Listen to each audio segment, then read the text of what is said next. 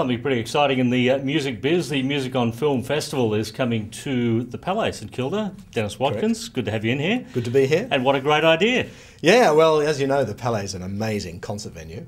Great sound system, but it was built as a picture palace. So Neil Croker, the CEO, had this idea of putting music films on there. Right. And that's where the idea was born. I had no idea it was originally a movie theatre. It's a very big movie theatre. It is. Yeah. But 1927, that was when it was built. That was the big entertainment.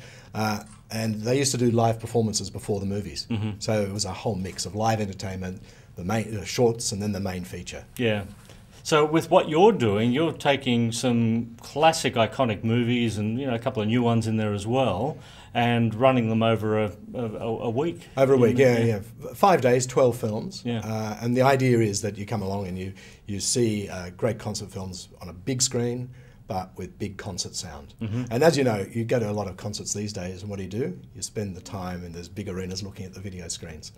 So here it's up close. You get to see great filmmakers at work and capturing amazing performances. Yeah, well, one of those great filmmakers is Martin Scorsese, and you're dedicating an entire day to him. Well, an entire day, and sort of also the previous night, because on our Saturday night film Woodstock, he was assistant director and one of the editors. In fact, one of the main editors of that. It's one of his first jobs. And so, but on Sunday, the Scorsese Sunday, as we call it, we kick off with his musical, his Hollywood musical, his tribute to Hollywood musicals, New York, New York, with Robert De Niro and Liza Minnelli. And a fascinating film. It's better now than when it was first released. Because when it was first released, a lot of people didn't get it because you're either a Minnelli fan or you're a Robert De Niro jazz fan. And the idea of them together seemed really strange. But now you can see what Scorsese was aiming at, which was investigating the idea of music from a sort of art viewpoint, from the Scorsese side of jazz, really serious, cool music, and popular music represented by Minnelli. And the two people who love each other, but they don't get on because their artistic differences are too great. Yeah. Well, he's done some magnificent, iconic rock movies over the years, hasn't he? And probably one of the greatest rock films of all time, The Last Waltz. Yeah, it's always in the top 10 lists of best rock and roll movies of all time, usually number 1 or number 2. It was the first rock concert captured in 35mm. And Scorsese was just finishing work on New York, New York at the time, and the band were coming to an end of their group, their life as a group, after 16 years, including being Bob Dylan's backing band. And so they put on this celebratory concert in San Francisco. Scorsese got these amazing cinematographers. He got the production designer of New York, New York, who'd ironically also designed Sound of Music, to create a set in the Winterland Ballroom. But the thing he did was plan every shot, go through the lyrics of every piece of music that was being played, and plan how to capture this band and their guest artists at their peak. And that's what he did. And it's an amazing film. It seems just as fresh now as it was then. And that's the great thing about music on film. It captures artists at their peak, and you get to see what it's all about. Yeah. Well, Woodstock, the first of the really big festivals, the iconic music festival.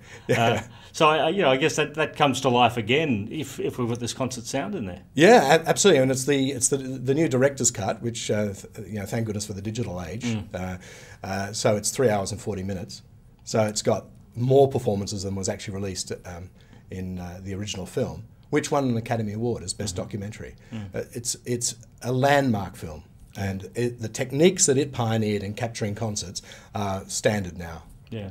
It's a great event. I mean, to see Jimi Hendrix shred the guitar, and Janis Joplin and The Who and Canned Heat, and it just goes on and on and on. It's just an amazing experience. Well, let's talk about some of the other movies that you've got during the week, and it might get loud if we're going to be talking about great guitar work. Jimmy Page, Jack White. And The Edge. I mean, there's scenes in there that really taught me a lot. I just love the opening where Jack White creates this guitar out of a Coke bottle, a bit of wire and a plank of wood. And from that moment on, I just hooked. It's great filmmaking again. It's just a terrific example of the genre. But you hear this amazing... You see these three greats of the music industry meeting each other and jamming together. And to see the fanboy look on The Edge and Jack White as they watch Whole Lot of Love being played by Jimmy Page, that riff, that's just priceless.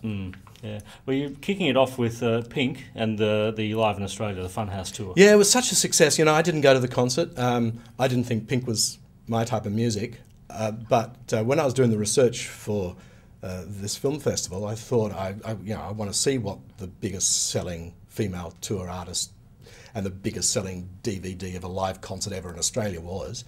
And I was just knocked out by both its cinematic prowess, but also an artist at the height of her powers, And I've actually become a fan of Pink because of watching that DVD.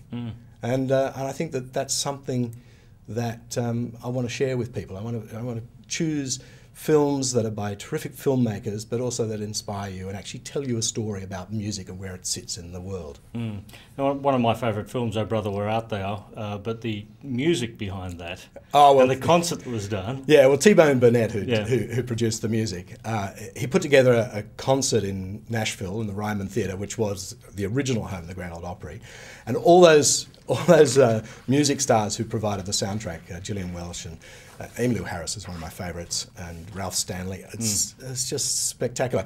And it's captured by D.A. Pennebaker, who's a great filmmaker.